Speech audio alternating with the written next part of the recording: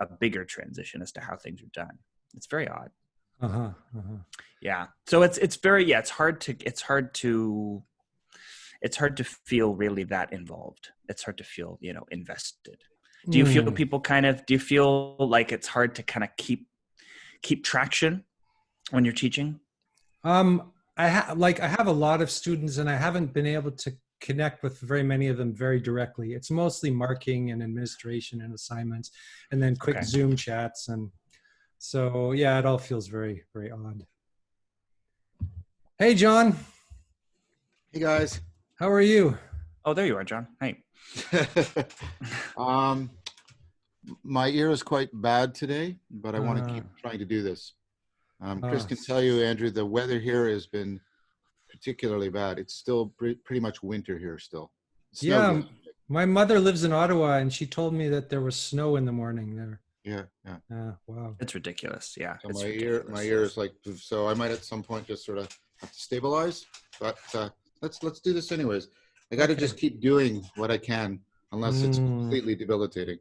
Oh, I hope you don't burn yourself out, John. Yeah. I'll be okay. I took most of yesterday off. I just did one interview thing towards the end of the day. I had an attack while the interview was going on, and I was trying to explain to them what was going on, and they thought I was saying that the video feed was, and then by the time they sort of checked thing, like, because it only lasted about 15 seconds, and then so we just went on. So they were unfazed by it totally. But I'm going to try and now forewarn any and everybody who's involved in these public presentations that might happen, and I'll just need like a moment to just sort of stabilize and keep going. Eventually spring will get here, and hopefully things will stabilize. Okay. Well, maybe we could just get started. And I was listening to your chat with Tyler Hollett the other day. Just Discord, and I thought he was a very bright fellow and had a lot of interesting things to say. And it made me think and something that I've been thinking about for a while, that I thought might be a topic that you guys could speak on quite well, since you know Plato and Aristotle and the Greeks so well. And that is the idea of a soul. What is a soul? And how do we have a soul in this machine? And I've heard you talk and kind of redefine the notion of soul, John. And does that seem like a topic that might be of interest? Yeah, I am very interested in discussing that. I'm interested in discussing that in connection with gnosis and dialectic. Very much. So maybe I could start. I've been talking with Chris about this and trying to, I guess, it's not right, recover. Maybe it's a combination. There's a word I want to use, and it doesn't exist in English. Carey makes use of it in his book, Augustine's Invention of the Inner Self, which of course is deeply relevant to what we're going to talk about. Now, the thing about that is Carey takes great pains to say, this is English. He wanted to use the Latin term inventio. Inventio. Yeah, and the publishers wouldn't let him because, well, they're publishers. And the reason he wanted to use the word inventio is that it hangs between our two words, invention and discovery. So this is where, for example, you could get around a lot of thorny problems in math by saying math is neither invented nor discovered, but it is inventio. So I'm very interested then, if you'll allow me, to reinventio. I want to reinventio the soul, if that makes any sense. Sure. And I want to try and do something sort of the opposite of Descartes. So for really important historical reasons, especially to try and form an alliance between the Catholic Church and the Neoplatonic magicians from the Renaissance, Descartes pretty much completely identified the soul with the self, and then he completely identified the self with the center of subjectivity, the place where the mind touches itself in consciousness. You know you're conscious by being conscious. It's pure participation. And as always with Descartes, when you're deconstructing Descartes, you have to be really, really respectful. There's really important insights there that should not be abandoned, but that confusion of soul to self to subjective center is something I would like to try and pull apart, while nevertheless keeping the connections.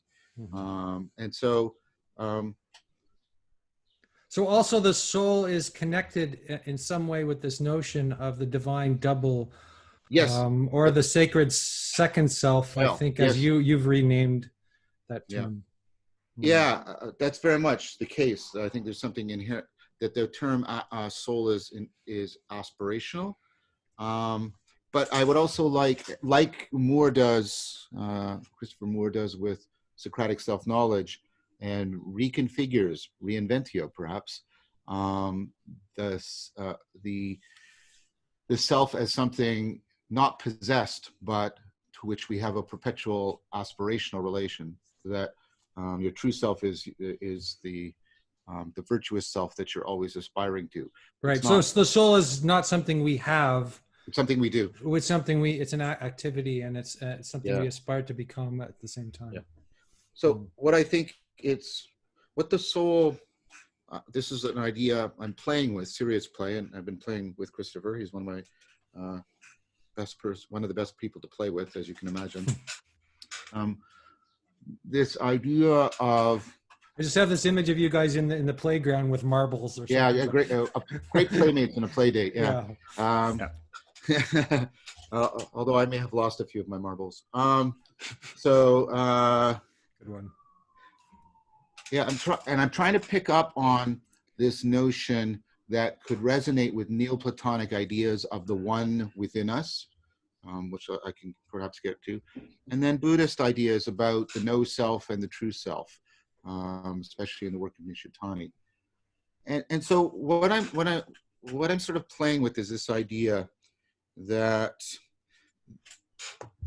there's two ways in which we participate in a kind of transcendence. One is to be coupled to, well, let's put it this way: the emergence of mind is wedded to the emergence of world, and I don't mean the emergence of thought. I mean the way your mind has emerged developmentally.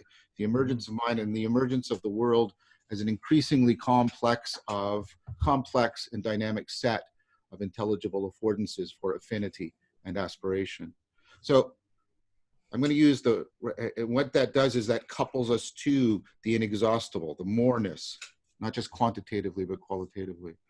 But there's also that about us, which I want to use a Buddhist term, which is our suchness. It is,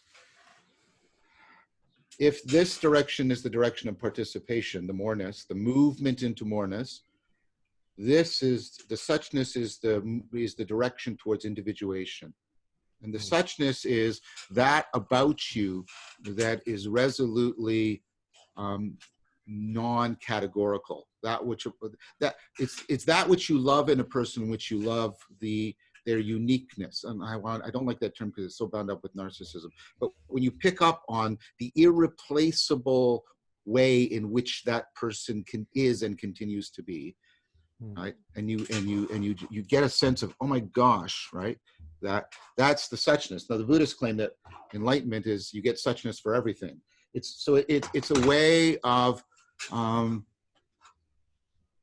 tailoring your cognition to the being mode in everything. And then what I'm playing with is this idea that though the individuation, and this is right out of Tillich, and Chris will tell you that, this individuation, participation, dialectic between the moreness and the suchness, that activity is soul. Between the moreness and the suchness. Yeah. So you mean between some kind of, let's say, excessive life and just the simple existence? The way in which the inexhaustible overflows the world, and the way in which the inexhaustible in you overflows any categories in which I try to particularize you. But nevertheless, I'm pointing something individuated and instantiated in you that is not individuated and instantiated in anything else. So this is like trying to pick up on Indra's net and other ideas, that you presence the moreness in your suchness, and your suchness, that about you, which is not, I want to use a distinction proclus, not just a passive possibility, but the pure potentiality, the power, potency and act of being able to, assume, a variety of identities, a variety of agent arena relationships, and also assume this in your own idiosyncratic historical development. Yeah, and I think we talked about that with Zach, that the soul is not a singular thing. No.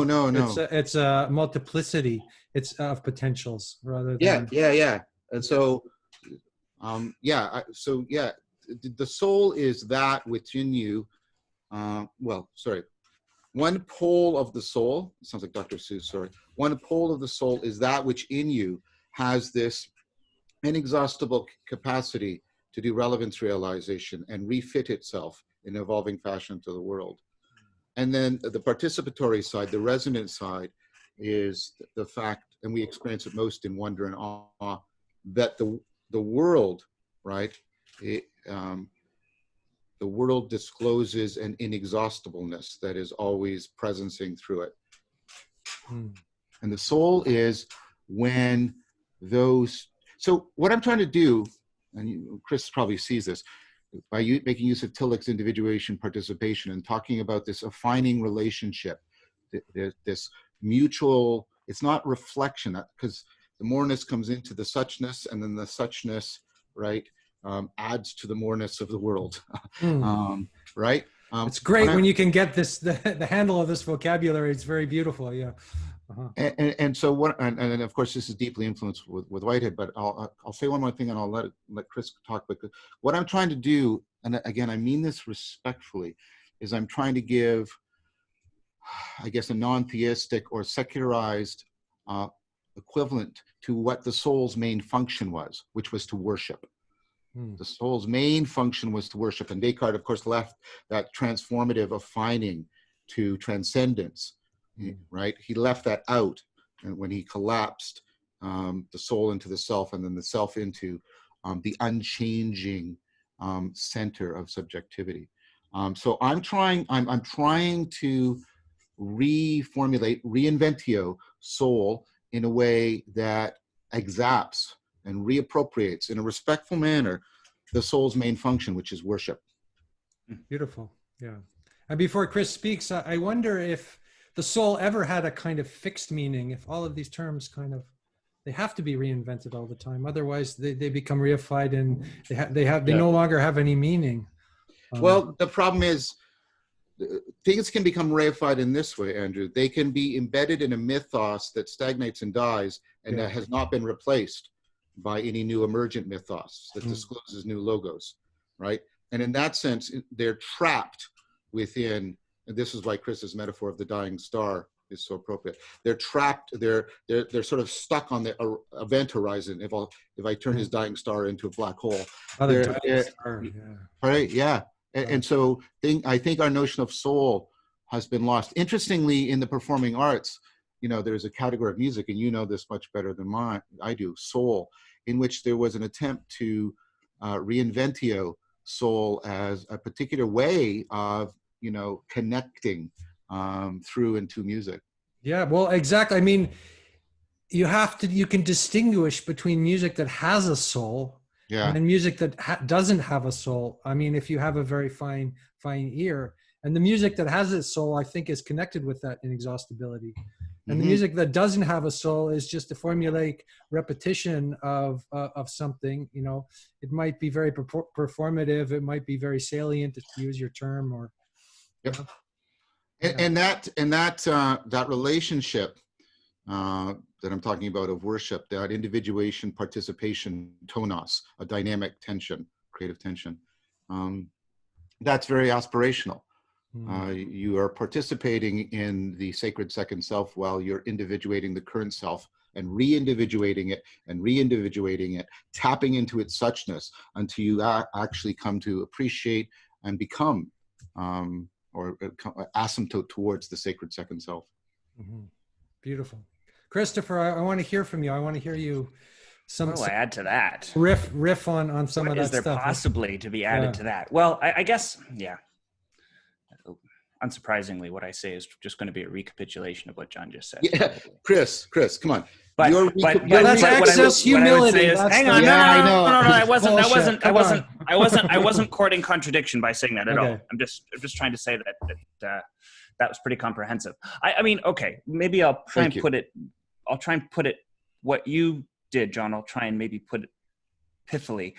To me, that if I had to distill it down as a working definition, I would say that the soul, what I understand soul to be, is like the transitive property of the self that relates it to its own moreness. I always come back to thinking of soul as a relational aspect, which helps to dislodge the notion that it's something fixed, an entity fixed within time and space, right? If its fundamental nature is as a relational nature, both expressive and impressive, then its function, in a very sort of Kierkegaardian way, its function is as a relation to be cultivated. It's as a relation, as it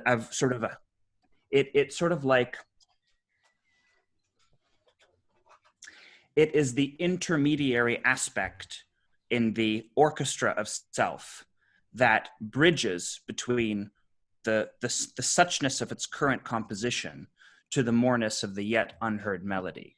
Right? Yeah. It's the transitivity, to me, is the property of the soul that most eludes its definition. Because that also explains its sort of multivocality and its equivocal definitions, right? Because if its nature is as a dynamical form of relation, then it's no wonder that we keep trying to foist definitions on it that it continually bucks and eludes. So I think that when I think of the soul, the best place to start for me is to understand the soul as the expression of the existential and ontological relation that we have with the aspect of self that is to be disclosed with the moreness of the world. Yeah, like that.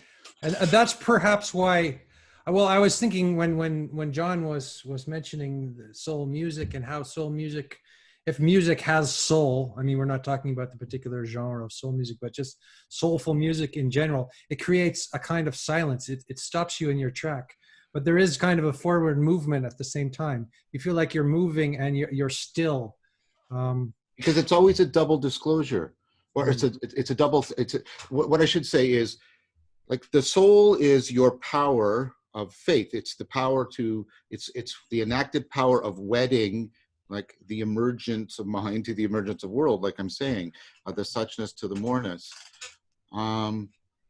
And so I guess what I need to say is that it's always enacted in faith, but that faith that I'm trying to talk about, that ability to continually realize religio. Sorry, can you define what you mean by faith, John? What your working definition of faith is? Well, that's what. So I'm really picking up on the ath, right? So that what faith is right, that continuity of contact, that ongoing affordance of affinity, that makes us conform more and more to what we think of and what we realize, better word, realize as real or more real. So that, like I said, what happens is these are truths that are only tracked. We can only trace the inexhaustible through our own trajectory of transformation. So that's the emergence, the developmental emergence of mind as the capacity for intelligibility.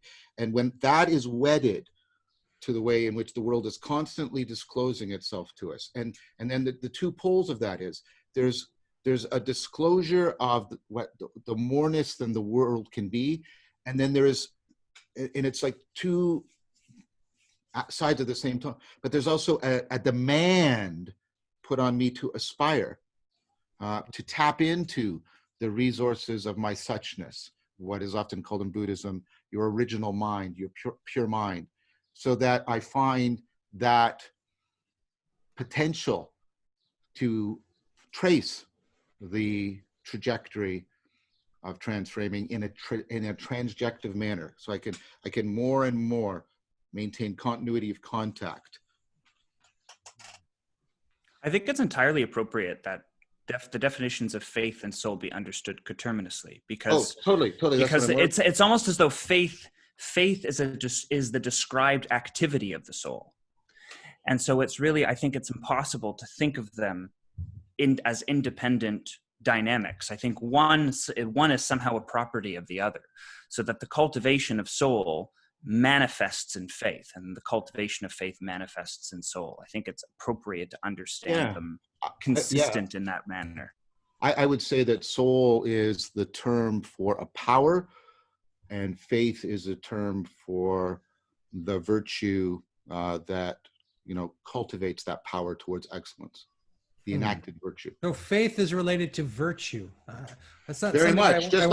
Something I wanted to ask you about today also was this word virtue, because in Peter Lindbergh's blog there was a big discussion about virtue, and he was saying something like, he made some kind of comment like,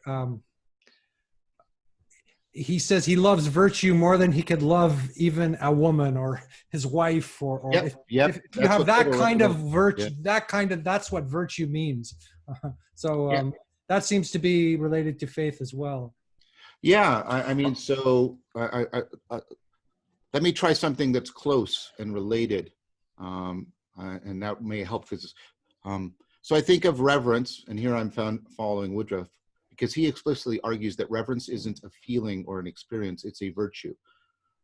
He's a little bit less clear about what the virtue is, but his examples and the allusions to the Platonic tradition make clear what the virtue is. Virtue is, and this is the other aspect of faith that I'm trying to get at. Reverence is the virtue that puts you into right relationship to awe. Right, so that you are both excellently receptive and excellently, that's the disclosure, and excellently responsive, that's the demand to the experience of awe, so that you can tap into the fundamental depths of its transformative offering. And so reverence is that virtue. Faith is the more encompassing virtue, right, like I say, that it alludes back to the notion of worship, where we are trying to get into a comprehensive right relationship to the unfolding of transjectivity, the mutual unfolding of the individuation of suchness and the participation in moreness. And there's something about faith that means that we're not there yet. We haven't arrived. Yeah, it's inherently we're incomplete. And I'm trying to, and I mean, Thomas Aquinas did this, right? And trying to make this notion of faith, and Chris says it's coterminous, interdefining with soul, trying to make the notion of faith back into a virtue rather than an act of willful assertion, willful identification. What you're doing is you're trying to, I think the best way of understanding virtue is a virtual engine. You're trying to create sense of constraints within, between, and without, that will help get you best disposed reliably to right relationship with the presencing of what's most real. Yeah.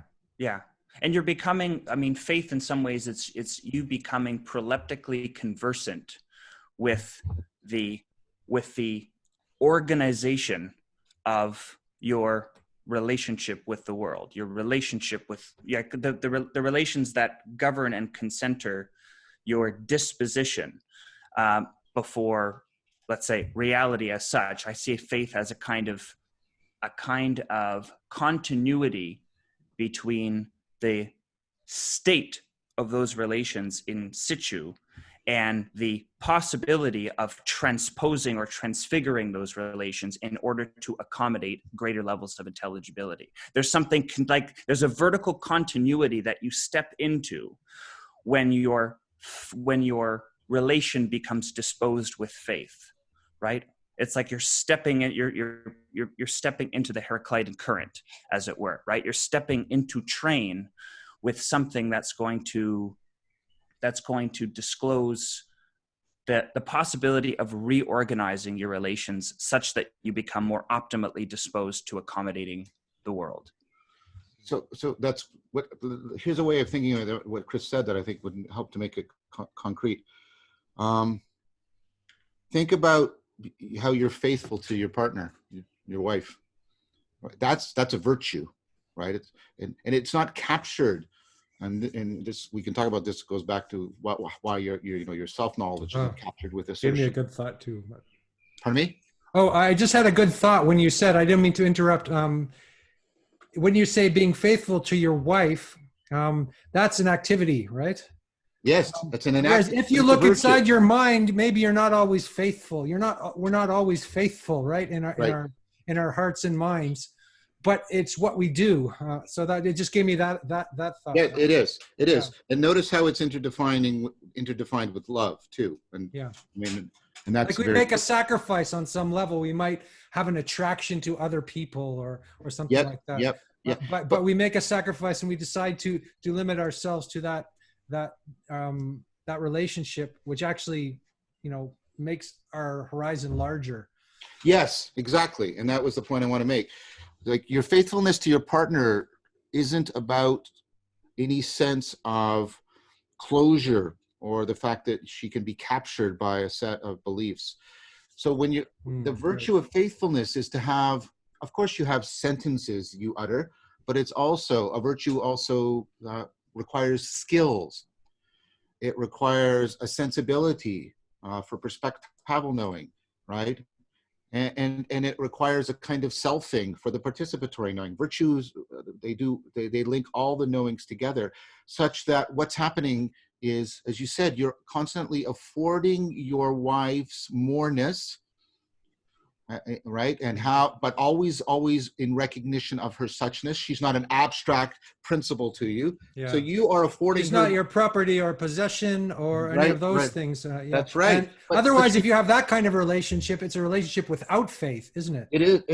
So there's definitely that. She's not categorical. She has suchness, but she's also a doorway to the moreness of the world, right? She's also not just an abstract principle. She's neither just an abstract principle or just a simple concrete thing. She is a person, which is neither an abstract principle nor a concrete thing, but something beyond them, something like Corbin would talk about as ultimately imaginal. So what I'm trying to say is your relationship of faithfulness in love to your wife is it's soulful anagoge. You are affording her souling, and she is affording your souling. And that's what the faithfulness is. And I mean, and so in Vedanta, you get this taken up into, the central claim, Atman is Brahman, thou art that, right? So that the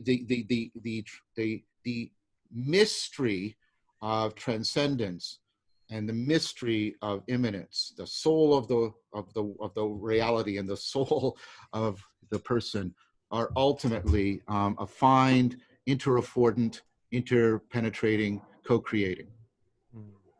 Beautiful. Yeah.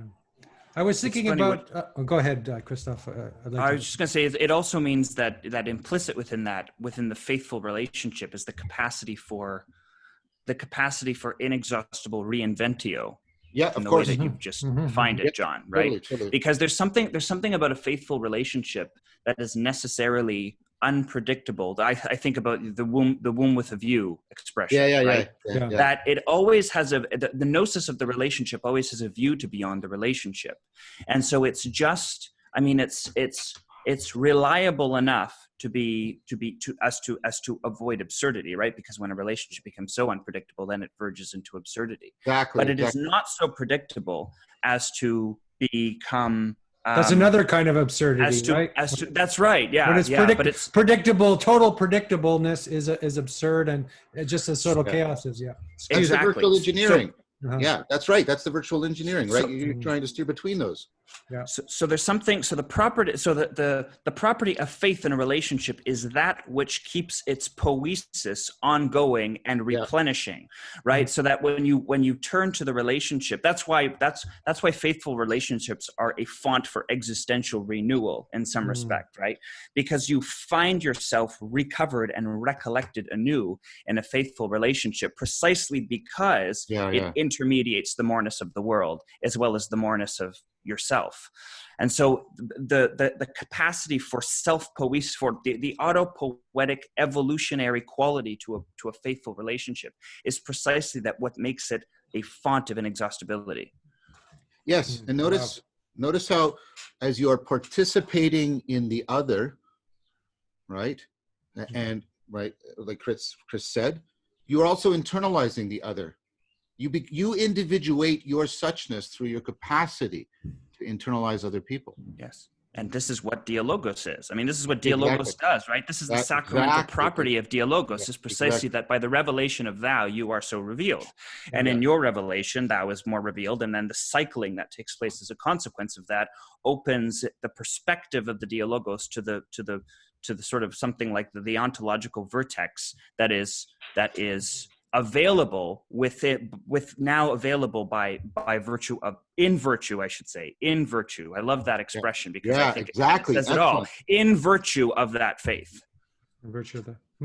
There's something else that I was thinking about is the erotic aspect. I was just going to do that. And that's what, and I in these conversations, often we're a bunch of men talking, it seems to be. There are women involved as well, and I hope more and more women get involved. And then there's this invocation of the feminine, which happens. And then that seems to bring the conversation in soul the conversation, if I could say so. And I know that in Hebrew, I remember that the soul is feminine, or the Holy Spirit is feminine. In other languages, it's masculine, but I don't know if it's inappropriate to. I mean, I think that way all the time in terms of masculine, feminine polarities, but people seem to get offended when you. Well, I prefer the Taoist polarities of yin and yang because they are more comprehensive. They're not limited to biological creatures, and then they also dispose us towards not getting overly politicized about something important that we need to talk about. I was going to bring up that connection because the moreness into suchness, and when it sort of affines our individuation to participation, when we get that appropriate tonos, that right relationship, I think that's really the experience of beauty. And I want to bring beauty, and Han's book on saving beauty and Skari's book on beauty, I think are really, really important recent works on beauty, because what beauty is exactly like Skari says, you come upon a beautiful tree, and there's two things. You say, geez, I didn't realize trees could be like that, right? There's the moreness. But then you realize that this tree is somehow, in the experience of beauty, unique and different from all other trees. So, right. So the tree has a soul in a sense. Yeah. The tree has a soul in a sense, not in any animism. I think animism is for us, an inaccessible mythos that symbolize that correctly. But I think in that sense, it's a kind of animation, where animation also means to set things into motion, right? So I think beauty is exactly that experience. It's like most of the time we're doing relevance realization because the goal is to produce relevance. But sometimes the relevance realization machinery is in the service of realization. It's in the service of disclosing the moreness into suchness of everything. It's in service of beautifying the world. And that's a kind of flip, right? Where what I'm trying to do is actually put myself, and this is like the worship and the reverence, I'm trying to put my relevance realization machinery in service. It's not subjectively oriented. I'm putting it in service transjectively to the disclosure in beauty of, how all of the universe had to have existed the way it did for this cup to be the way it is, and to be here now the way it is, and have all of the properties that it has that you cannot possibly grasp right here, right now. And so this is a notion of beauty, not of consumption. Consumption is the most primitive form of conformity. I become one with something by consuming it. Plato talks about when you experience beauty, the conformity, he says you want to give birth in beauty. The response, right, the part of the right relationship, as Chris said, is poiesis. I want to create. I want to do more to afford, right, more and more beauty in the world. Mm-hmm. Yeah, it's like beauty is like it's like the physiognomy of the world's moreness. Yes. It's how the moreness presents to us, right? The countenance of the moreness is precisely what strikes us as beauty. So Chris, I was thinking of a word for this that I think you'd like. I'm going to give it to you and see if you want to play it. I think in this self, it's an interface where what we're doing is we can face the world and we give it a way of facing us. Yes. And also picking up on the technological sense of interface as that which affines and conforms two things together so they can mutually function together. I thought you might want to play with that. Yeah, I will play with that. Well, I think it's also, there's something in sort of a tongue-in-cheek way, it's also appropriate to this exact circumstance, because what we're doing right now is interfacing. Yeah. So go ahead, Andrew. Well, I'm just going to say that the interface being beauty, but there's also an ugliness to the idea of interface as well. It's like you need to have this technological barrier between us or something like that. That's just a feeling I got when I heard the word. And exactly that. And so we've got to get out. I want to bring back the face within interface. This is why I brought up Tyler in the beginning, because he was talking about this technological platform. And then I had two feelings about that. I had one feeling about, yay, great, we can be creative. And then another feeling of like getting completely consumed by this machine that is just devouring all our creative acts and potentials. I think that's right. But I think the technology is what it is in the sense, sorry, that sounds trivializing. What I mean is it is a power that has not been coupled to virtue. There is nothing in virtue, to pick up on Chris, in which yet that we have decided, how we're going to actualize the potential of this. You wouldn't want it to be, you wouldn't want a machine to have virtue either. That in a sense, that has to be uniquely. Well, I don't know about that. I actually would argue the other way. I think as we try to give them intelligence, we better be giving them virtues of rationality and wisdom. But that's another argument. Okay. I think what Tyler was trying to point out is what's happening on the Discord servers, right, is a particularly powerful way in which people are appropriating the interface medium in order to do interfacing the way I'm talking about it right now. And in order to try and create the communitas and the distributed cognition for the reculturation of our world, stealing the culture from the way it is now frozen in sort of moribund normativities and moribund structures, and reculturate. That's what he's that's what he's basically arguing for. Yeah. And so that's what I'm trying to get at. There's a way in which we could appropriate in virtue the potential of this medium, so that we can reculture in a really powerful way, and recognize and reculture and recognize in an interdependent fashion. And so the people that attend these, I'm sorry, this will actually circle back around. The people that attend these Discord services are there in good faith. Mm-hmm. They're there in good faith, and there's a faithfulness. They don't have an ulterior motive. No, they're just doing it for itself. Because they want to stay wedded to what's emerging. They have a sense of da'at. They have a sense of finding themselves and finding the world in the dialogos and the emerging community around it. And so they love the beauty of that. And they are seduced, in the proper sense of the word, by the erotic aspect of it, right? They are seduced into wanting to maintain continuity of contact with it. So there's this, when you say seduction, there's this incredible darkness and danger at the same time. That's what I don't want to forget about that, right? When we're talking about beauty. Yeah, there is.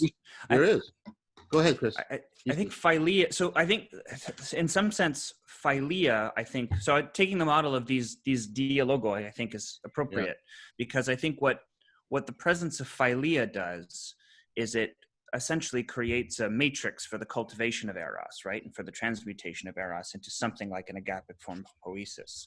So, eros, of course, can be creative or consumptive depending on its particular valence. But I think one of the functions of the dialogic practice, insofar as it trains and tutors philia, is that it becomes a kind of, it becomes a way of performing the beauty of the erotic impulse in a way that it changes it transforms it. And I think that the role of philia as a kind of intermediary between the powerful emergence of the erotic impulse and the possibility of its becoming in other forms, I think, is central. I think that's why dialogos is fulcral, and I think that's why they cultivate the interpersonal, what we have called the horizontal dimension of dialogos, which is to say the interpersonal dimension of dialogos, the kind of thing that Guy cultivates in circling, is such a fundamental starting point, because what it seems to do is it seems to bound the arena of play in such a way that the eros becomes a paratelic exercise that can then be molded and shaped and creatively directed to become the birth in beauty, to become anagogically reproductive. Anagogic when it wants to give birth. And it makes me think of the campfire again. You said of course there's a circle and Of course. So there's something really, really central then about, and I think this will come out, as this we work to refine this more and more. I think it's going to become really essential to understand how this is sequenced and to understand what the proper conditions are in order for this to happen reliably. But I think that's why there's something about cordoning off the interpersonal arena in such a way then that it becomes a proper symbolic body for the transmutation of eros. Because you're right, Andrew, it can be profoundly destructive, and it can feed and dilate every narcissistic impulse we can possibly have. Well, and so it's a very, very careful game that we have to play to make sure that doesn't happen. Well, when you were talking, I was reminded of, my own tradition, of practices of psychotechnologies, which is Tantra and Tantric Buddhism. And of course, Tantric Buddhism is not about removing those kind of darknesses or those kind of passions or it's not about doing away with them. It's always about transmutation or transformation. Exactly. And, So I mean, let's remember, we are talking, and it's appropriate that we're talking about soul and faith, but we're also talking love and beauty. We're also talking about virtue, and that's why the virtues that are cultivated to ameliorate and help us perhaps grow out of self-deceptive behavior is bound up in this rationality. And Andrew, you know that I have a much broader view of this. Yes. So I think reason, rationality, and ultimately, the interpenetration of the intellectual virtues like reason and the ethical virtues like courage, right? They come together in that superlative virtue, which is wisdom. People have to be cultivating wisdom. So dialogos, and this is the point that, well, I don't mean to make it sound like Guy is not responsive. He has been immensely responsive to it. But to bring back, the sapiential aspiration, to bring back the cultivation of wisdom into, right, these dialogic practices. That's one of the core things of dialectic, right, is to have the deep interpenetration of the recognition, and remembering and realization of a self-deception, coupled to, right, the participation in the overflow that's afforded by dialectic. They are, your point, Andrew, actually says one of the things I've been arguing for. Philosophia is not just circling. It's not just interpersonal intimacy. Yeah. It's when that intimacy shifts on to intelligibility itself and is governed by a normativity of overcoming self-deception. Mm-hmm. Yeah. Yeah, the interpersonal intimacy is a symbolon. It's not for itself. Yeah, exactly. Right? Exactly. It's put for, it's a symbolon that is put for as a bridge into the service of the kind of self-transcendence that you're describing. That's and then when it's a symbolon for the purpose of cultivating the faith of proleptic rationality, right? In Callard's sense of the term. And it's symbolized by union, right? Some kind of union. In tantric symbology, it's always it's an image of sexual union, right? Of the dynamic process and the, it's almost what are they? Wisdom and compassion, or rationality and energy, or something like that. Yeah. All of those. It's a wedding, right? Yeah. It's drawing the two together. And also picks up on this phenomenological experience of quasi-divine revelation that we have in the throes of intimate disclosure. I mean, that's the thing, right? That's what marks intimate relationships of any variety, Platonic or non-Platonic, right? Is that there's something about the relationship that there's something about the reflective capacity of that relationship to provide endless novelty in the form of your own understanding of yourself and in the form of your understanding of the other person, right? The sensibility transcendence of it is such that it is endlessly, infinitely discoverable, right? There's a property of it that is infinitely discoverable. And so then that property becomes host, I think, to the kind of infinite discoverability that happens in anagogy. Maybe home is better than host, right? And it's always but I like going beyond itself because it picks up on the sacramental valence of the exercise. But I think home is also appropriate. It's both, really. No, that's good. That's good. I like that. That's really good. So, I mean, again, to pick up on the worship, all of this is to get back into sort of a liturgical relationship. It's amazing how religious these discussions are becoming, right? Oh yeah. Despite the, even though we're the religion, we're speaking of the religion that is not the religion. It's more deeply religious almost the more we get into all these things, and we find that all these notions like faith and worship and transcendence are really what it's all about, right? But we also find virtue. And we also find wisdom. We also find rationality. That's why I almost always affix Socratic to faith, Socratic faith. Because that's what's so amazing about Socrates is the way he weds himself to the other. And that's is commented on in the dialogues because he's atypos. He has a suchness about him that allows him to reform himself to anybody he's with. Right, and he's a sort of a midwife to them. He helps them give birth, but he also has this faith in the logos. He is willing to follow the argument, and this is why it also requires the virtue of courage. He's willing to follow the argument wherever it goes. Yeah, and it seems it always goes. I was reading Socrates this morning because of you guys. I've for the first time I'm reading him directly. Of course, I've read him through other people, and the last part of the chapter was. He comes up to all these pseudo conclusions about things, and then he says, "Well, we don't know actually what we're talking about here." At the very end of the chapter, I thought like there's a humor there that I didn't know. There is. And it's so important. He trapped this person into like thinking he had this grandiose understanding of something, but really the whole point was that once you've understood something, you don't know anything anymore. You're at the beginning again, or this gets taken up in the Neoplatonic practice. So the Neoplatonic universe is one in which there's the absolute pure oneness of the one, and then things emanate. They proceed out to all the various multiplicitous instantiation, and then everything, right, returns. This is not a temporal process. This is what's happening in ontology. And the idea in dialectic is you're supposed to do the same thing.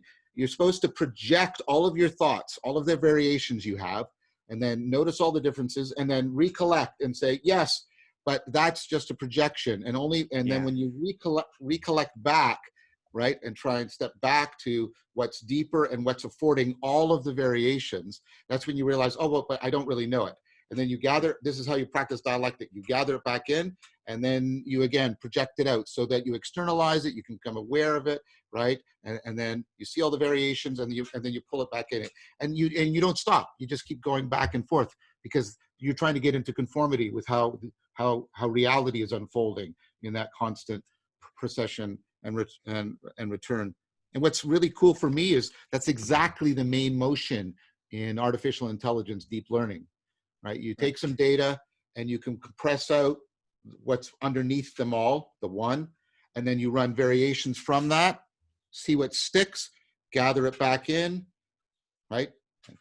Vary it out, project it out, recollect it in, project it out, recollect it in. And that's how how these networks evolve their capacity to pick up on complex patterns in the world. That's what gives them their intelligence. Right. Wow. And then I guess too then that Neoplatonic process, that in that Neoplatonic process, beauty is really the kind of hypostatic emissary, right? Yeah. That signals the realism of that process and allows you to track and follow it more, perhaps more reliably. It allows you not to be stuck in your tracks somewhere. Yeah. Yes. It's like it seduces you forward all the time, so that you're not you don't fall asleep by the side of the road. Or I think beauty is the mark of knowing by loving. Right. Mm-hmm. Right. Yeah. I think that's its point. And I mean, originally, of course, the identification was, purely sexually, but of course, what Chris has been describing repeatedly to great effect is what we're really doing is we're exacting that, and we're using, because we're not just biological creatures, we're cultural creatures, and we have to perpetually sacralize the culture. Cultus is ultimately, right, the place of worship and cultivation to you participate in something growing with a life of its own, right? All of this we have to re-sacralize, right? As we're reculturing, we're also simultaneously re-sacralizing all of those aspects of ourselves that are properly designated as cultural and not just biological. And one of the central thing for this are these related terms: person, self, and soul. Mm-hmm. Those are all ultimately, I'm not reducing them to, in a Durkheimian fashion, to being merely culturally constructed or anything like that, but they are places, they are the primary poles through which we interface with culture, and also afford the culture interfacing with the reality in which it is always embedded and upon which it always depends. Mm. Yeah. Well put, John. Yes, and Andrew, you're right. This is all, in some sense, in service of the religion that's not a religion. Yes, and trying. I have taken very seriously the loving criticisms made by Paul Vanderklay, Mary Cohen, and Jonathan Pajot. I've taken them to heart. I've noticed something, and I'm really trying to flag it and celebrate it. That when I listen to other people's criticisms and take them to heart, and what I can often do is I can start to internalize them into new ways of thinking, new paths of research. Jonathan criticized me in that, I was talking about as if it's all individual mystical practices. And so this is why I got so involved with the distributed cognition. It led into the whole project of dialectic and communitas. Yeah, and communitas. And then Paul talks, repeatedly of, the scalability problem, both developmentally and across various hierarchies of competence and power. And I take that very seriously as well, as trying to say, okay, how can we reinventio all of these polarities, all these tonoses of individuation and participation, so that we can make them accessible and scalable. Yeah. It's interesting. I was talking to this very, in Paris, in France, very well-known meditation teacher, Buddhist meditation teacher, the other day. And I was talking to him about Buddhism, and my sense that Buddhism in the West has sort of gone awry on some level. And I said, what is the use of Buddhism? And he said, I don't know. Maybe it doesn't have any use. Maybe but it's just, I just love these practices and this kind of thing. And he said his own teacher, Chogyam Trungpa, was trying to look for something kind of beyond Buddhism, right? Something that would be larger and would not be, that would, he would make a meditation available to people rather than have it being some kind of, special esoteric technique. Yeah. Or something that's really available to people. Who cares if you're a Buddhist or a Christian or whatever on some level? I mean, who cares? Well, I've been playing, because I've been going back to Nishitani in the Kyoto School. Had an excellent conversation with Jared Morningstar. What a great name, by the way, Jared Morningstar, about Nishitani, because for me he's a primary example of of an epochal philosopher bridging between East and West, reconceiving, religion and nothingness. I will recommend this book till I die. It's one of the top 5 books. I would put it on the shelf beside Plato. I just ordered it, actually, because and then there's some good books to order in conjunction with it. You should definitely order these two if you get a chance, Andrew. There's the Kyoto School by Robert E. Carter. He taught in Canada, by the way, at Trent University. Oh, and there's really? this new one, The Religious Philosophy of Nishitani Keiji. So I've been, really, really playing around with this idea of something like Zen Neoplatonism, because the two would constantly undermine each other. Sure. But Zen was trying to undermine itself all the time, and Zen you would say there's something called the stink of Zen, and that's when you become too religious. And Neoplatonism was always trying to do the same thing. And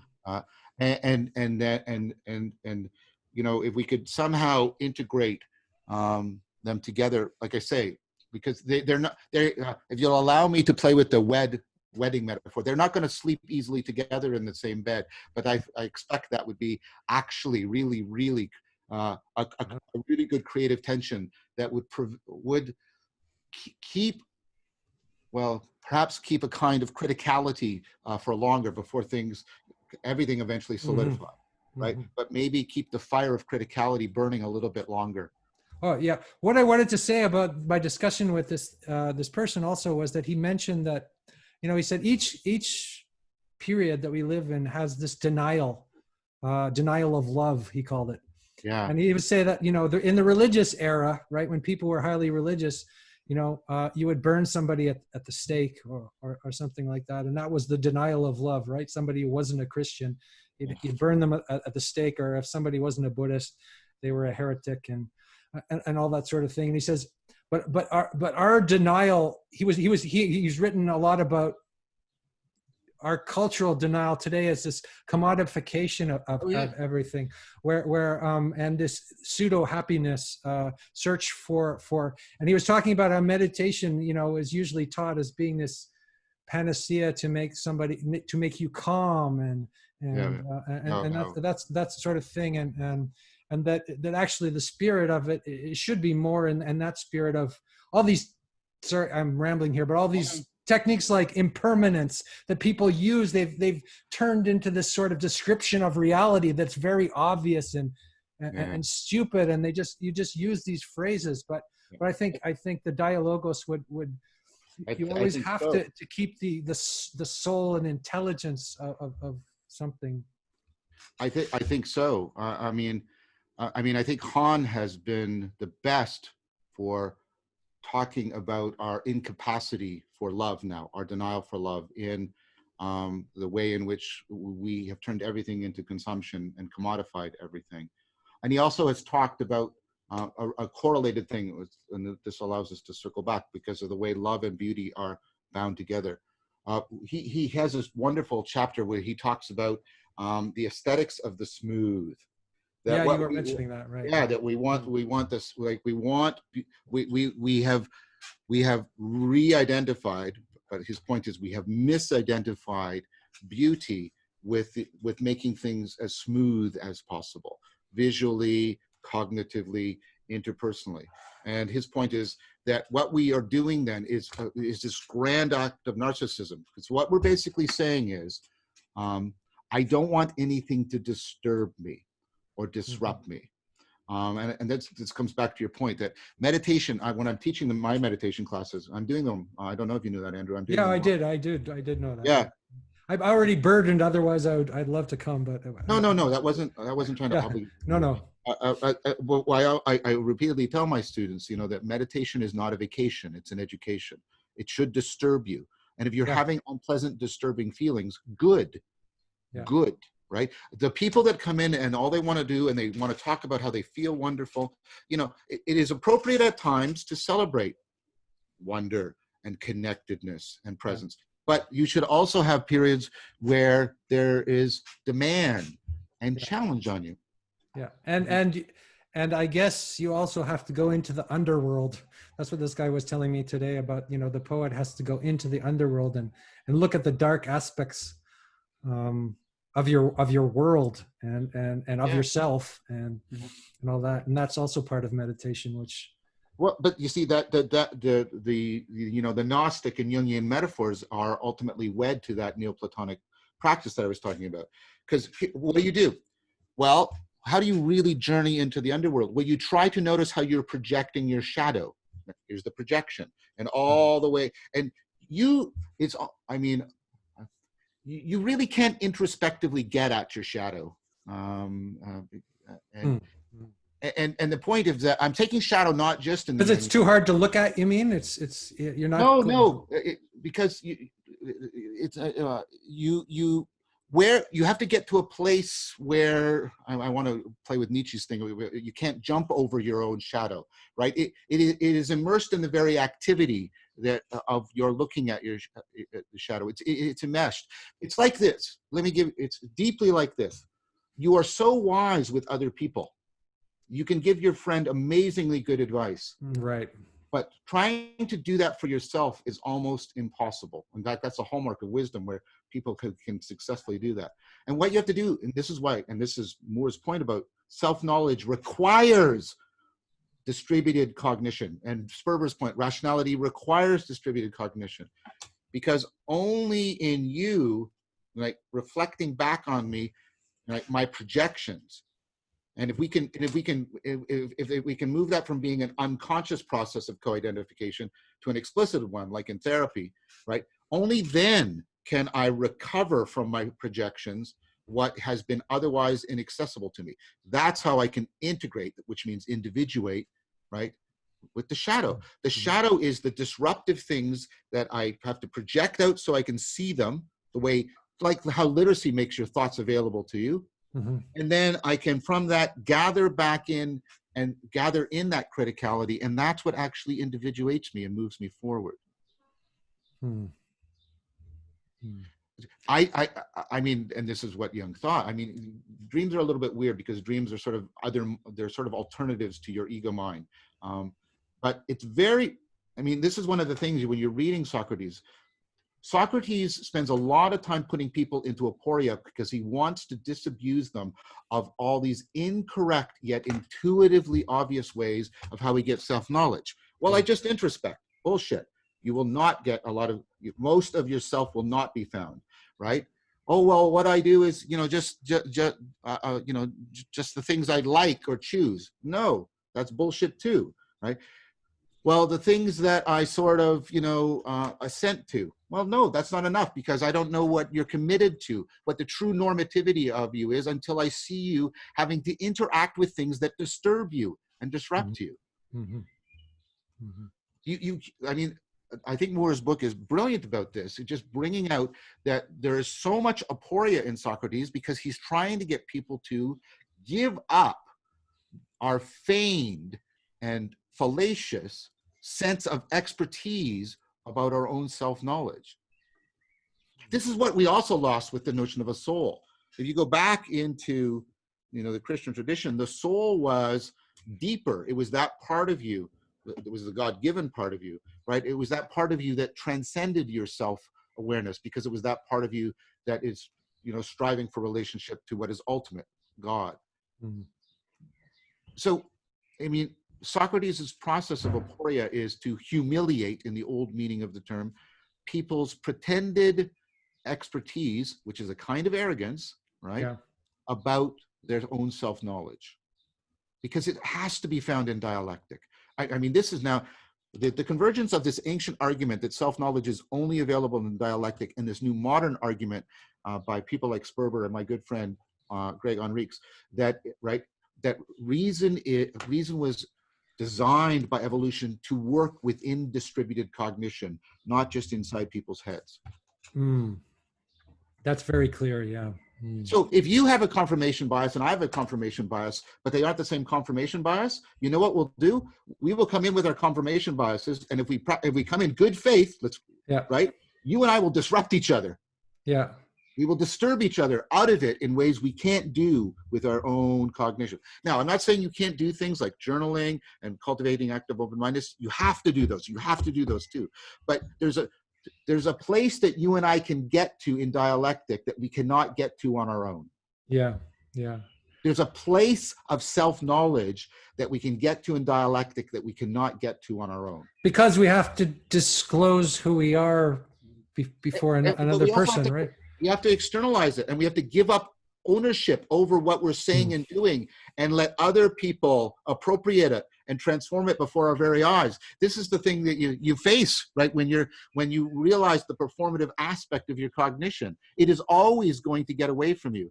I used to carry this slogan. I don't like Sartre very much. I used to carry the slogan around and use it sort of very one-sidedly. But he said, you never complete a book, you only abandon it. And the one meaning of that is you can't bring things to closure. But now I realize there's a bigger thing, because as I start to put stuff out into the world, I realize what that abandonment is. Those things are going to take on a life of their own within distributed cognition, and they're going to get to places that I could never have gotten to with them. I'm thinking again of this whole thing of Moses not getting to the promised land, right? This is our lives. We build this whole thing. And in some sense, we have to deal with the kind of disappointment of where it will lead to, or we have to give up our project and offer it to others in a sense.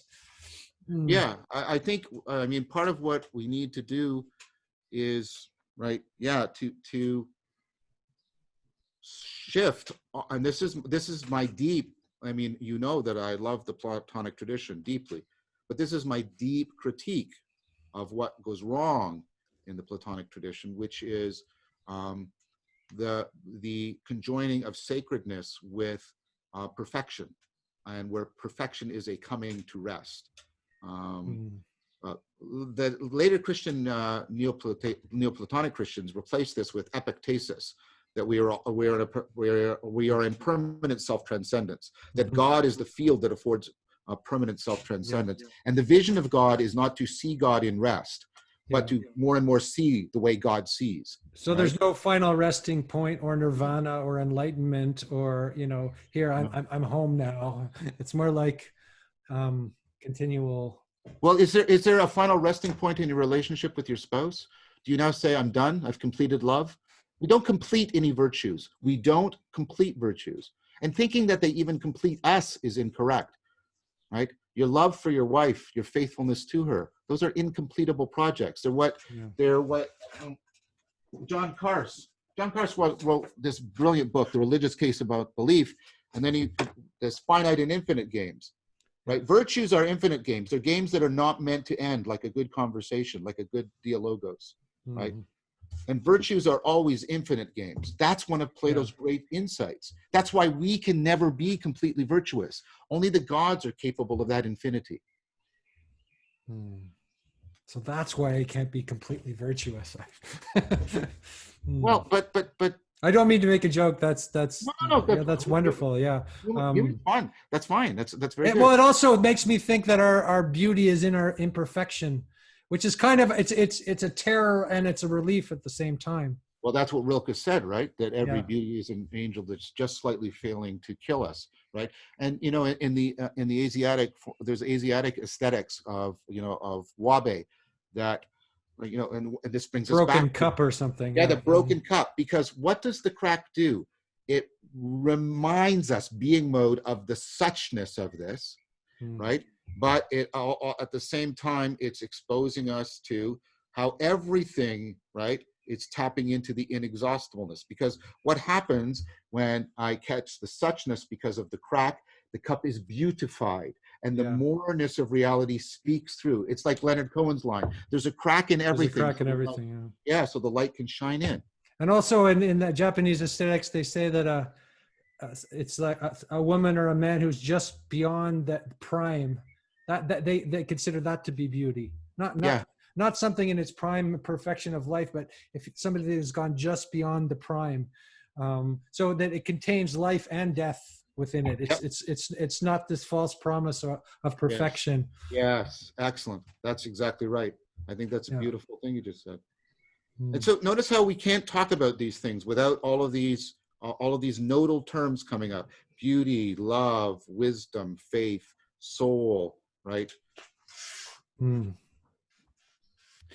think there's a particular. Go ahead, Chris. Go ahead, please. Particularly beautiful analogy to be made about the role of, analogically, the role of silence, and so one of the things, if I can sort of use this metaphorically, at least at first, one of the things that happens in a disclosing dialogue is that the silence by which you are heard deepens and appreciates the meaning of what is spoken. Now, the silence in the margins of any given utterance is always infinitely greater and more engulfing than the speech that's proffered into it. So there's a way in which that the silence is infinitely appreciative of sound, but sound also contains the presence of that silence, right? As though between the notes of music, as though between the syllables of speech. And so one of the things that happens, I think, when a relationship becomes loving and faithful in all of the ways in which we've just defined it, the silence of the relationship becomes more and more pregnant. So you become accustomed to speaking into the silence of the listening ear, knowing that whatever is spoken into that silence appreciates by virtue of the fact that it was spoken into that particular form of attentive silence. And then when that relationship becomes more and more knowing, its particular auditing silence becomes something that you can internalize more and more, right? Which I think is in many ways what Augustine's project was with his Confessions, right? He's speaking into the silence, into a thou of silence that is infinitely knowing and infinitely knowable, and so is hearing himself heard in the property of that silence. And so it's like the relationships. So it goes going back to your relation to the tension between such and more, for instance, that there's a way in which the tension between such and more can be analogized by the relationship between sound and silence. And that the more encompassing of silence that the sound becomes, the more the logos of it deepens and appreciates.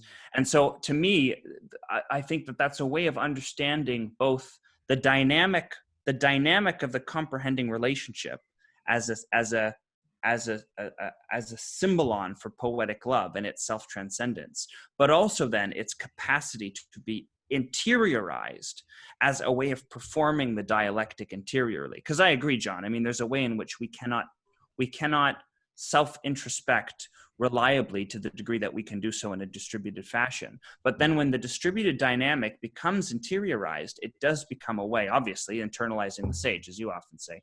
It becomes a way of cultivating that practice within the confines of your inner life. But I think that has everything to do with it's not as though you're just importing a dialogue and then running it on. I know. The thing that you're internalizing is not the speech made by the other person. It's the particular comprehending ear of silence that they lend to your speech and thereby pronounce its moreness. Okay, I want to riff on that because that was beautiful. And music, I felt two thoughts came to me, and that was music and clairvoyance. There's a kind of clairvoyance that happens between two people and musicians when they're playing together. And go ahead, John. Well, I want to invoke both senses of the term articulation, which is to speak, but also to break things into their parts, right? And what Chris has just made me realize, which he often does, is the way in which the silence is internalized into the articulation of our intelligibility. Me too, yeah, I got that. And that the way aporia are those moments of, it depends, you have to have cultivated the correct receptivity, but aporia is those moments of silence in which you appreciate the moreness that is beyond you, right? And it demands a transformation for you. And so what I'm suggesting is, one of the things we do in dialectic is we learn to seek those aporias that articulate our intelligibility in just the way Chris articulated, or just the way he articulated. I'm reminded of Antisthenes when asked, because he didn't write the volumes that Plato wrote, he asked, what did he learn from Socrates? And he said something, and he said, well, I learned how to converse with myself. And everybody was kind of like, what? What he meant was just what Chris said. He'd spent so much time living with Socrates mimetically, right, that he had internalized that Socratic process, and he was capable now, after only practicing it years in dialectic, of doing it himself. So dialectic is not just a social behavior. It's also it's something you do. You speak with God in a sense, or that's what you look. That's what you learn how to do. Absolutely. You learn how to speak with divine nature, and that's when you're the most. Yeah. That's when you. Arguably, that's if the process has. If there's a fruition, that's it. Yeah. Right. The epictasis. I mean, the Neoplatonists. It's all, I think, very implicit in Plato, but the Neoplatonists bring out those two dimensions very clearly. In fact, they go a little too far. They tend to emphasize, if you'll allow me, the vertical ontological aspect of dialectic within the discourse with one's own soul, right? And that's how Plato, by the way, defined dialectic. Discourse with your soul, right? They tended to emphasize this, but that's because they lived in a school, and it was so taken for granted that the ontological, intrapersonal was embedded into an existential interpersonal. Yeah. Yeah. And a community. Both are always there, mutually informing and transforming each other. Chris and that's something that Socrates, I mean, alongside the socialized dialogues in Plato, Socrates, I mean, I think that's what's represented by those moments of reverie that Socrates famously has when he pauses for hours at a time to listen to his daimon, right? That's the interiorized exaptation of the socialized dialectic in the epictasis form that you've just described. Yeah, Socrates makes it clear that the examination of others, the Socratic examination of others, is always, for reasons we've already articulated, always also a self-examination. And Socrates, I forget which dialogue it is, but he says, after I'm done talking with you, I always remember that there's a man waiting for me at home that I have to talk to. And that's his own soul. Yeah. Yeah. And then it kind of feeds back too, though, doesn't it? Because for like the dialectic that Socrates carries on with his daimon also is what indicates the kairos of the socialized dialogues, Totally, yeah. and the point of his entry into those dialogues, right? He's guided all the while by his inward dialectic, and I think that's precisely what tutors him to guide the socialized dialectic as effectively as he does, right? So there's like there are two concentric circles running on one another. Yeah, I think throughout so. the entire corpus. I think that internal dialectic, transforms the mind into so it's able to achieve a state in process that is in deep conformity with the states in process of distributed cognition and ultimately of the environment. I think dialectic is ultimate because it is an act of love.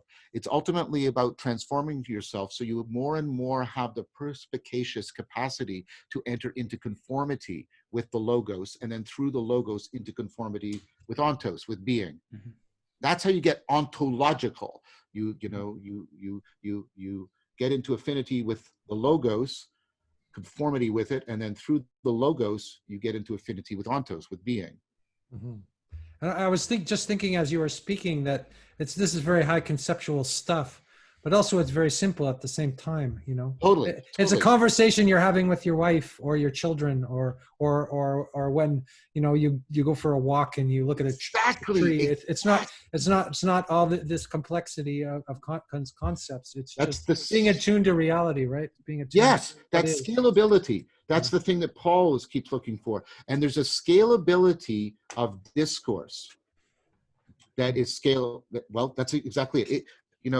As soon as we are persons, we are in discourse because we become persons through discourse, right? And so, yes, this is very, in some sense, it can reach up or reach down, whichever metaphor you want, into the very foundations of your fundamental framing of reality and how you're being, framed to reality and by reality, right? All of that, it can reach to that, as you said, this very high conceptual stuff, but it is practicable in the most, and I don't want this to sound like an insult, in the most mundane discourse that you can engage in. Mm-hmm. So this is what I mean about it being scalable, because nobody has to be an expert in Neoplatonic philosophy to have found themselves in a conversation that takes on a life of its own and takes all of the participants to places they couldn't get to on their own. Everybody knows that. Everybody has the capacity to practice that.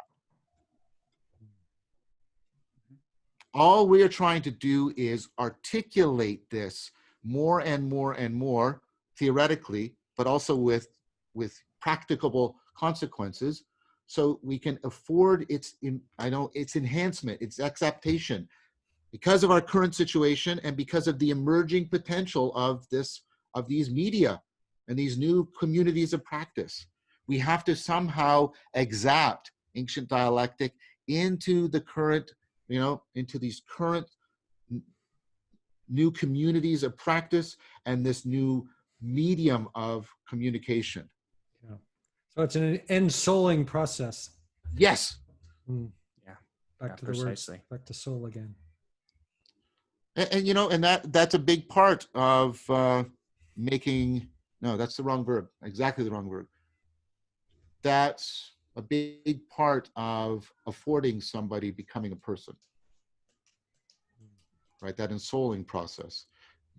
And what's really interesting is, so a soul, a soul is not something we have that we're born with. A soul is something we become ensouled through time. Yep. Through I like in fact making it a verb the way you have, and a verb that picks up on like connections to embodiment and enactment.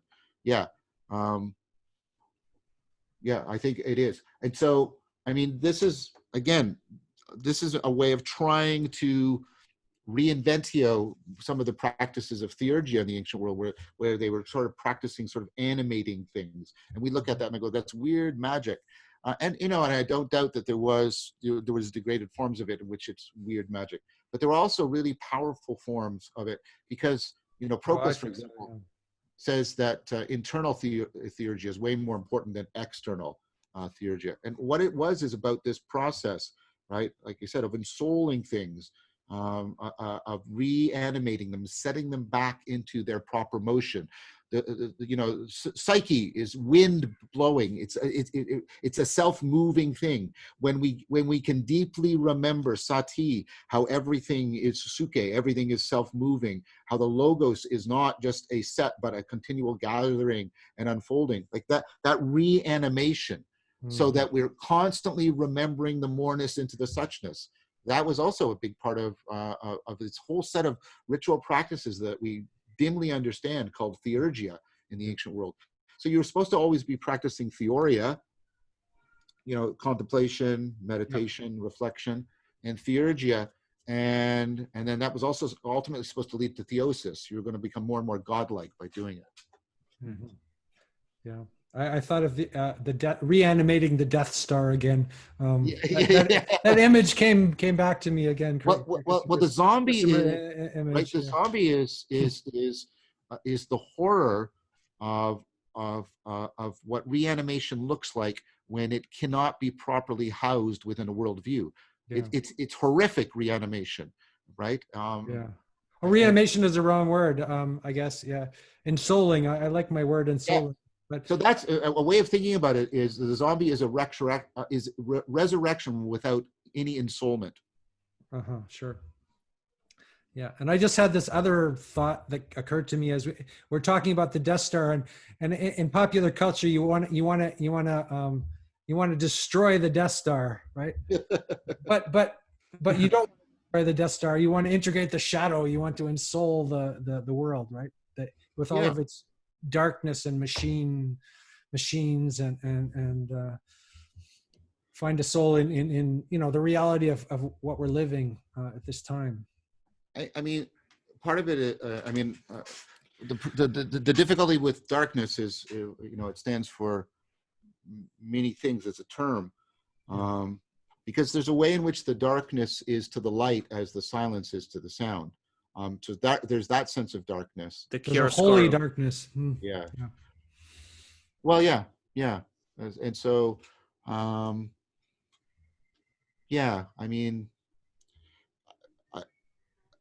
there's a sense in which a lot of what we might think of darkness is just the otherness of things and their capacity to disturb us and disrupt us.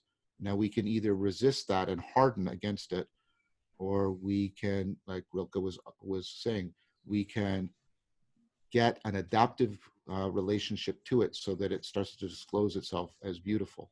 And beautiful doesn't mean comfortable, doesn't mean smooth. I like that point in The Lord of the Rings, where Galadriel is considering taking the one ring, and she said, I will be beautiful like the sea, or what is it, terrible, and all men will fear me. And you go, whoa. And that's the sense of beauty that Rilke is talking about. So I'm trying to get, Andrew, that the beauty that I'm talking about is not the smoothness. It is exactly that kind. It has awe within it. And there's a sense in which it's not this false luminosity or love and light, which actually is a very dark thing, because it's a denial of, the other half of life. This was part of the transformation of the Lucifer metaphor, the light bearer, and the idea became, and this goes so much with bullshitting, is that Lucifer bears the light that misdirects your salience and makes you not seek the good. Mm-hmm. Yeah. Chris, you were going to say something. Chris, say something, please. I was just going. It's always a pleasure to hear you talk. So no. I was just going to say that beauty.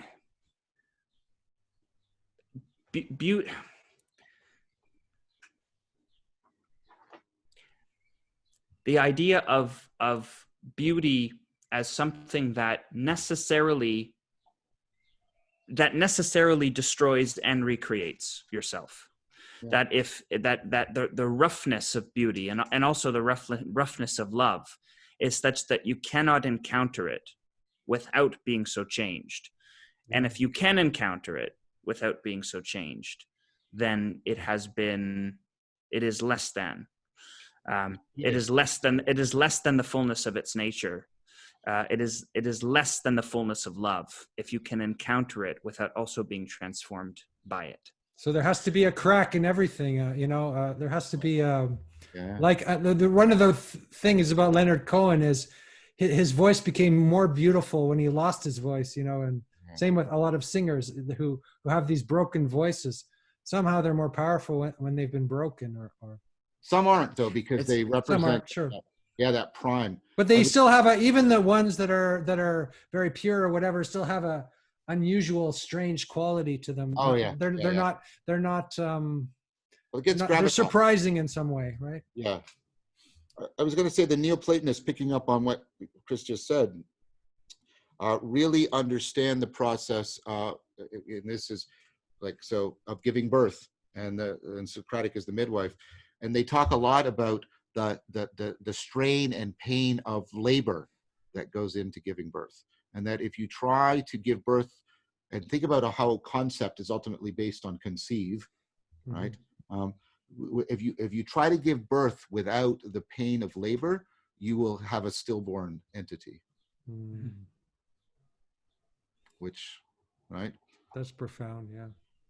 But it's also hopeful because, it's also a hopeful thing because you can't avoid the pain of birth, right? It's something that nobody can avoid. Very destructive. Pain indicates pain is the real indication of the real potential of real death.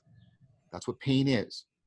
It is your mortality taking you by the throat. But let's remember that before medicine, right? Before modern medicine, in a quarter of births, there was a death of the mother, of the child, or the mother and the child.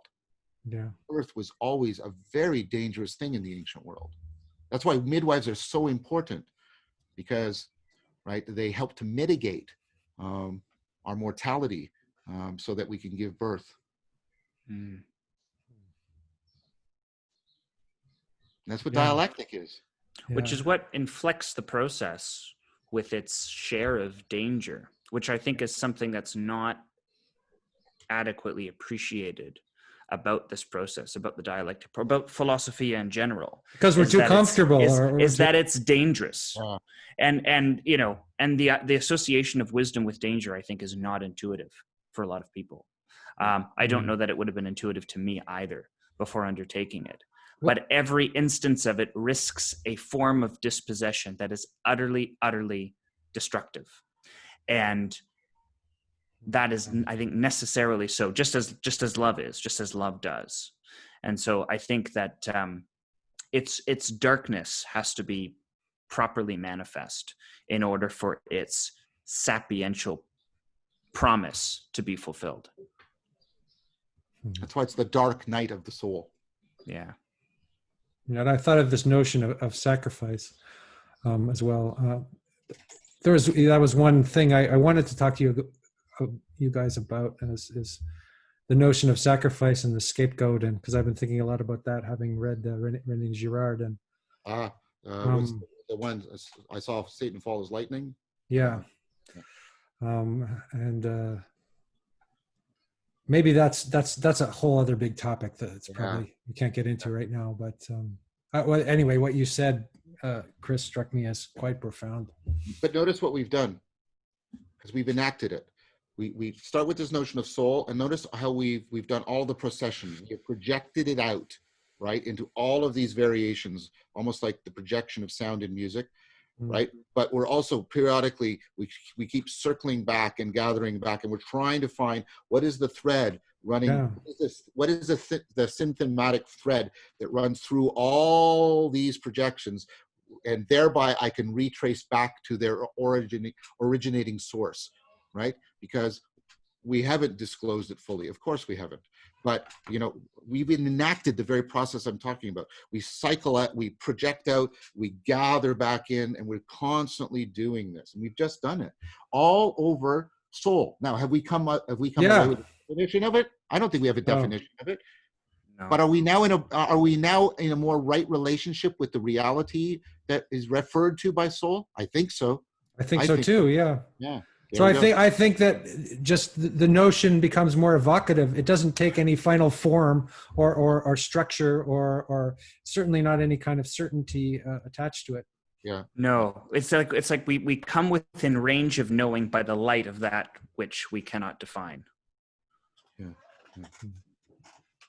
Yeah, I think these things are always epistatic for us. We're always right. We're always we get a trajective sense of them in our constant trajectory towards them. And that's wonderful. But notice what you have to give up. You have to give up the having mode. The having mode is about completable goals. Right? Yeah. I can drink until I am done. Yeah. But becoming wise, right? There's no doneness. There's no. It's final. I'm complete. In fact, that's a sure sign that somebody isn't wise, right? And having something to say has to be given up as well, in a sense. Yes. I notice sort of a silence overtaking me, and then the compulsion to speak. The two move, right? I mean, right now I'm tending to speak a lot because I'm very much caught up in trying to voice what I'm trying to follow. There's a vocation for me. I'm being called, right? And I'm trying to give voice to this calling, the sense of being called. And I feel a particular urgency of how it's impregnating me and impressing upon me, but also the urgency of the need of the situation we're in, both the meaning crisis and the way it's being accelerated by the COVID crisis. But I appreciate what you're saying, Andrew. I think I didn't mean that as a criticism or to suggest that you were speaking too much. I'm just saying it's almost like there's a compulsion to speak, and you have to stop yourself and say, why am I speaking? What is am I adding anything to this conversation, or am I just speaking for the sake of speaking? But I feel that you're being animated by something beyond that. So I never questioned that in what you were saying. Yeah, I just want to I guess I was trying to offer reassurance that I am trying to cultivate a sense where I am receptive to being struck by people, by insight, connection, criticism, and commentary that they give, such that I will take it to heart if I have good, plausible reason to believe it was given in good faith. That's a standard. That's a virtue I'm trying to cultivate. Yeah. And multiple times in this conversation, you've seen me, I'm struck by what either one of you have said something. And it's like, oh, wow. Yeah, me too. And also Chris has been much quieter in this conversation. And part of me is like wanting you to speak more because you have such a way with words. On the other hand, I think there's a dignity at other times in just, being present in the conversation, and that adds something to the conversation as much as words would add to the conversation. I think so, yeah, because I mean, well, I was just going to say, Chris listens better than anybody that I know. He really does. Thank you, No, John. come on, Chris. I mean, that's not just meant as a compliment of a friendship.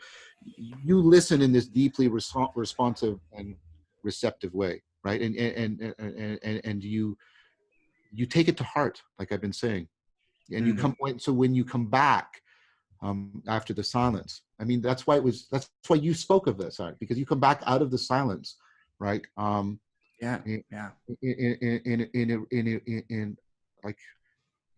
and you speak in virtue of it, and you speak in virtue right, yeah, or try to, yeah. Well, exactly. No, I thank you for saying it that way. I think because to me, identifying with the rhythm of the dialogos doesn't always mean being its voice, right? Because the listening ear is to me, like the dialogos takes the various dialogists and collapses them into an entity, so that the listening voice and the speaking voice and the listening ear collapse into unity. And so the unity of the listening ear and the speaking voice is such that partaking of the rhythm of the conversation can simply be being its form of silence, being its form of listening silence. And you're right. I have this. I share your feeling, Andrew, of wanting to make sure that any time this speech is offered, that it is offered in that it's tuned to the rhythm of the dialogue, so that it contributes to the evolution of the melody, and it doesn't interrupt it. Or if it does interrupt it, it interrupts it in order to pivot it meaningfully and not gratuitously. So I like that's so important to me. The economy of dialogos is really, really important to me. Beautiful. And because I think it's something that has to be finessed, and it's something you can get better at, and you can get more fluent in. So I think reticence is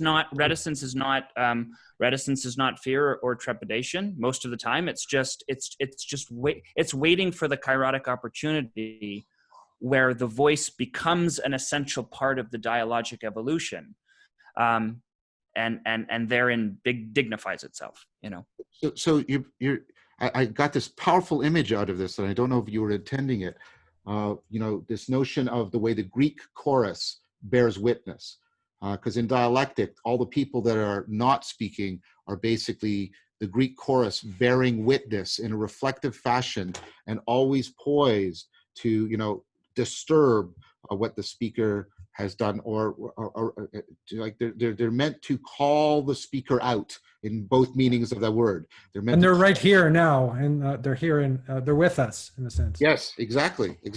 Right. I'm playing on this notion of calling out. When you call somebody out, and that means you're trying to draw them, but you're also calling them into giving an account, right, of themselves and being responsible. Like, I'm calling you out, right? And so, that's how I understand the function of the Greek chorus. And what I was hearing when Chris I just got this image when he was talking about, all the people participating, for example, in a dialectic, that what's happening is, momentarily this person is the speaker, right, in the Greek, and then all the other people are the Greek chorus bearing witness. And people often, and it's telling that we don't understand the dramatic function of the Greek chorus anymore. So Chris, was I correct in picking up on that illusion? Yeah. No, I think so. Because I think what the chorus does, there's a reason that the traditional function of the Greek chorus is in part a wordless, well, they're not always wordless, sometimes they speak, but when they don't speak, they are a wordless expression of the dramatic irony that knows the circumstances of the plot beyond its own knowing. Yeah. So, right, you listen for, like, the Greek chorus hears everything that is not said, as opposed to everything that is said. And so they represent the form of proleptic knowing that sees the meta meaning of the narrative beyond the meaning that the characters are living out. Right. So the representation of that presence in a dialogue, I think, is very important, because it hears and sees everything that is yet unsaid, that is yet unspoken, that has not yet been shown forth. And so the presence of that person shows forth the dialogos to patterns that it has not yet espoused, just as the Greek chorus, with their eye to dramatic irony, can see the meta-meaningfulness of the narrative that is not available to the characters that are being born out through it. That's amazing. Yes. That's really, and it gives me a slight insight into why we're doing this as well, because we're not just doing this for ourselves or for some egocentric reason, even though it might appear that, like putting videos on YouTube, because there is this chorus around us. There is this multiplicity of voices that we are responsible to, or that are. I don't know if I've articulated that. No, I think that's exactly right. That's the weird symbol of this medium, Andrew.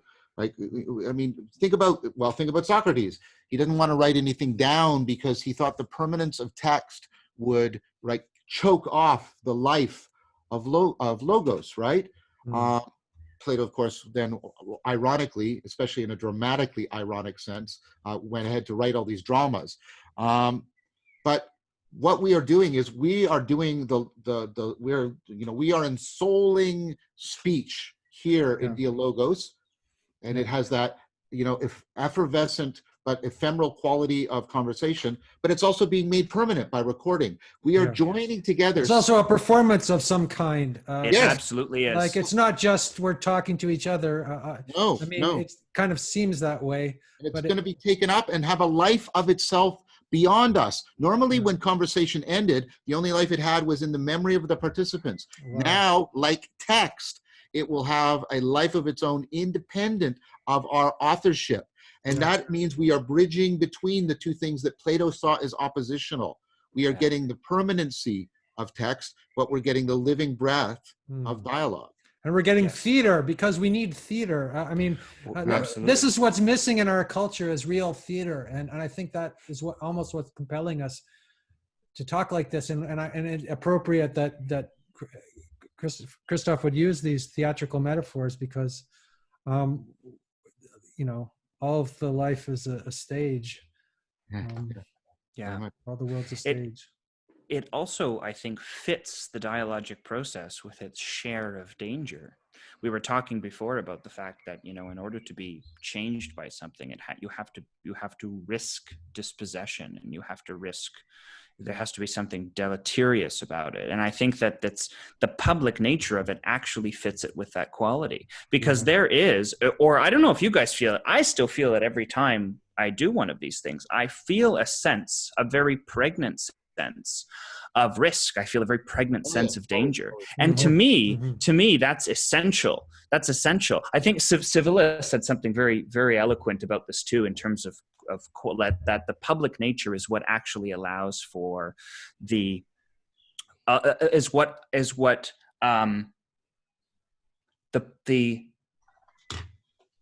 public nature of these dialogues is precisely what opens them to the possibility of dynamic quality, because you're walking on the knife edge, and so and I think there's some kind of artful balance or equilibration that some dialogues strike better than others, depending on the amount of awareness that the dialogue accommodates of the witnessing presence of the chorus that sees it from without.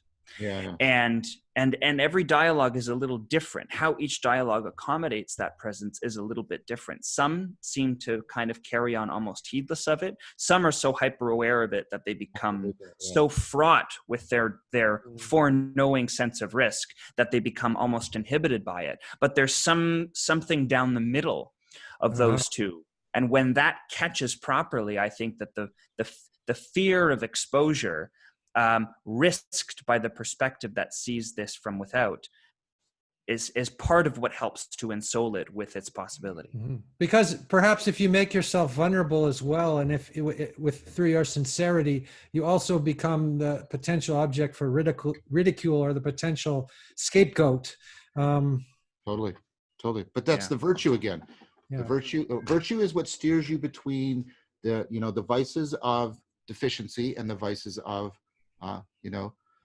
excess, right? And I'm thinking here that part of what the chorus does, I mean, the chorus, so the hero is on center stage, the way the hero archetype is on center stage right now in a lot of these discourse. And I keep trying to remind people that the heroic myth always needs to be counterbalanced with the hubris myths. And I think that the chorus often speaks the voice of the warning of hubris, to counterbalance. That's definitely what's happening in the tragedies, to counterbalance, right, the heroism of the hero. And you're supposed to, right, the hero, especially in the tragedy, ultimately is defeated, but, right, and this is sort of more of a Nietzschean interpretation than an Aristotelian, but the point is that the person who's partaking in, right, the drama, watching the drama, right, actually gets steered between, right, hubris and an overblown heroism, and right, so they're not a coward because they admire the beauty of the hero, but they remember the mortality because the chorus speaks of hubris, and we witness its effects. So I think there's something important about the way we have this invisible chorus around us right now, because it really helps us cultivate a virtue, in which, like a kind of courage, where we're not hypervigilant and therefore terrorized into timidity, or we are just overblown and just speaking in some reckless and heedless fashion. Mm-hmm. So the word that came to me is the chorus keeps you humble, humility, but also not. Well, it encourages you. There's some part, if you're part of a chorus, you're part of a grand story at the same time. So there's this humility, and there's this I don't know, dramatic, grandiose. You're right. Yes. Excitement about life, or mm-hmm. What it does, I think, is actually it's a higher order of relevance. It represents a higher order of relevance that then is gifted to the dialogue. Very much, very much. I was going to say that in addition to the humiliation of the hero, the chorus also honors the hero, right? It's right. The chorus will often, bespeak some of the virtues of the hero. So right. I just want to say this because I don't want to portray the chorus as just something that's humiliating the hero. The chorus also honors the hero. The chorus reminds us. The chorus will often remind us of elements of the hero's path that have rendered him heroic in important ways. So I just wanted to nuance that a bit, Andrew. The chorus is doing that, that presentation of hubris, but it's also bound up with a recognition, an honoring of the hero. So I'm trying to make it, what I'm trying to say here, this is what I want to say. The relationship between the hero and the chorus is not adversarial, it's opponent processing. It's opponent processing. It's a process it's supposed to be a self-correcting process. Right? I wonder if it's something like the relationship between the individual instrumentalist and the conductor of the orchestra, something like that. Yeah. I mean, a really good book on all of this, how important this is this book, Bearing Witness to Epiphany, Persons, Things, and the Nature of Erotic Life. And he doesn't mean sexual eroticism. This is John Russin's book.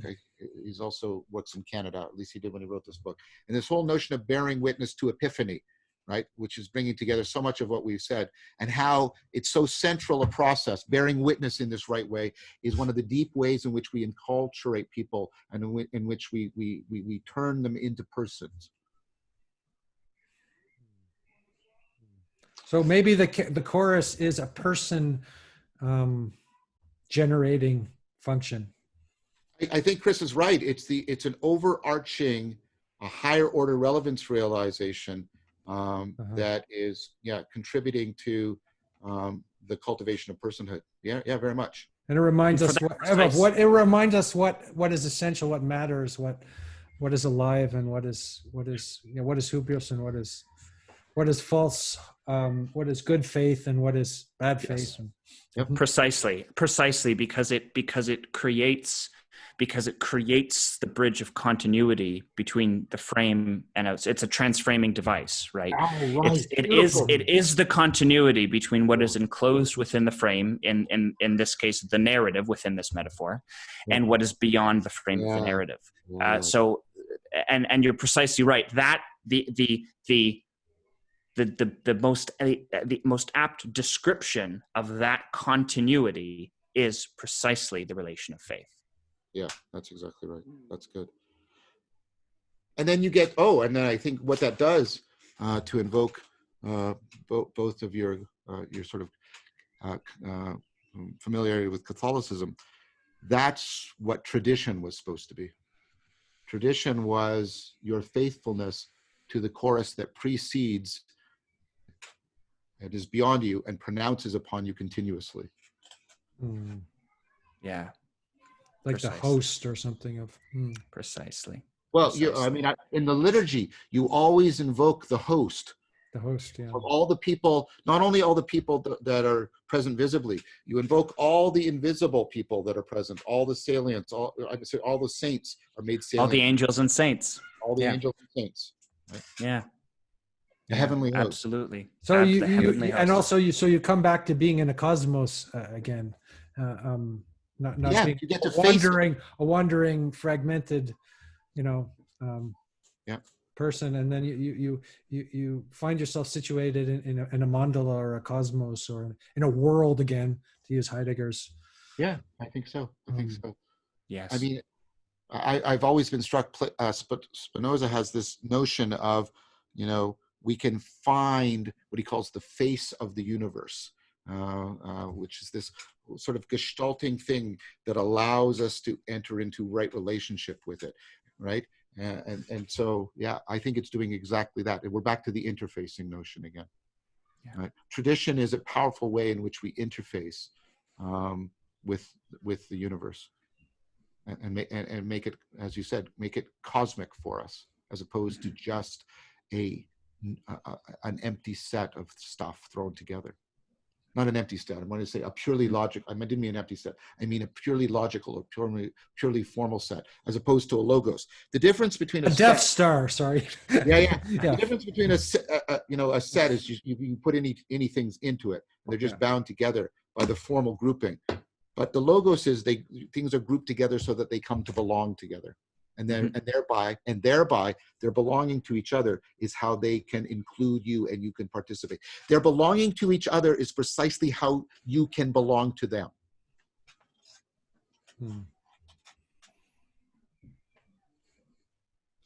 I should get going, guys. back to the world as it is. The world as it is, exactly. Do you have anything else to say, Christopher, before we end this? No? Nope. I'll let that be the final word. Okay. Well, thank you so much. That was amazing. Thank you, Andrew. Thank you again Andrew. For convening us, and yeah, it's great. So we talked about the soul this time. That was the word I threw in the beginning, and maybe if we do it again sometime, I wonder what's next. I like this, Andrew. Actually, I like this idea of picking a pregnant topic and then throwing it in, and we do that thing I talked about. We open it up, and then we recollect it, and open it up and recollect it, as opposed to just forming the circle, but actually centering the circle upon a chosen topic, philosophy on it. I think that's an excellent thing we do. What I really like actually is this three people. I find it's much more interesting for me in these kind of conversations. If there's three people here, it seems to be such a much more dynamic energy than just one person against another person. So that's one thing I really love, is this trio. I'm doing that with other people as well. Well, you have the intimate chorus then. When the chorus is present when we're three for some reason. Yep, exactly. We're more like we're on a stage. There's more than just two people. Again, and we're actually on a real stage when there's three. The chorus is here. Because the symbol of the third factor can emerge more apparently when there's three. The third factor. It's a way of creating a locus for the third factor to emerge, very much. Right. And if there's a fourth person, somehow one person is kind of left out a little bit of the conversation, or not always, and if it's five, it's just too many. So three seems beautiful. Anyway, I'll let you go. Thank you so much, guys. That was just mind-blowing as always, and even more so this time. Well, thank you, Andrew. And again, thank you, Chris. Always wonderful to be in your presence. Thanks, guys. Likewise. Bye-bye.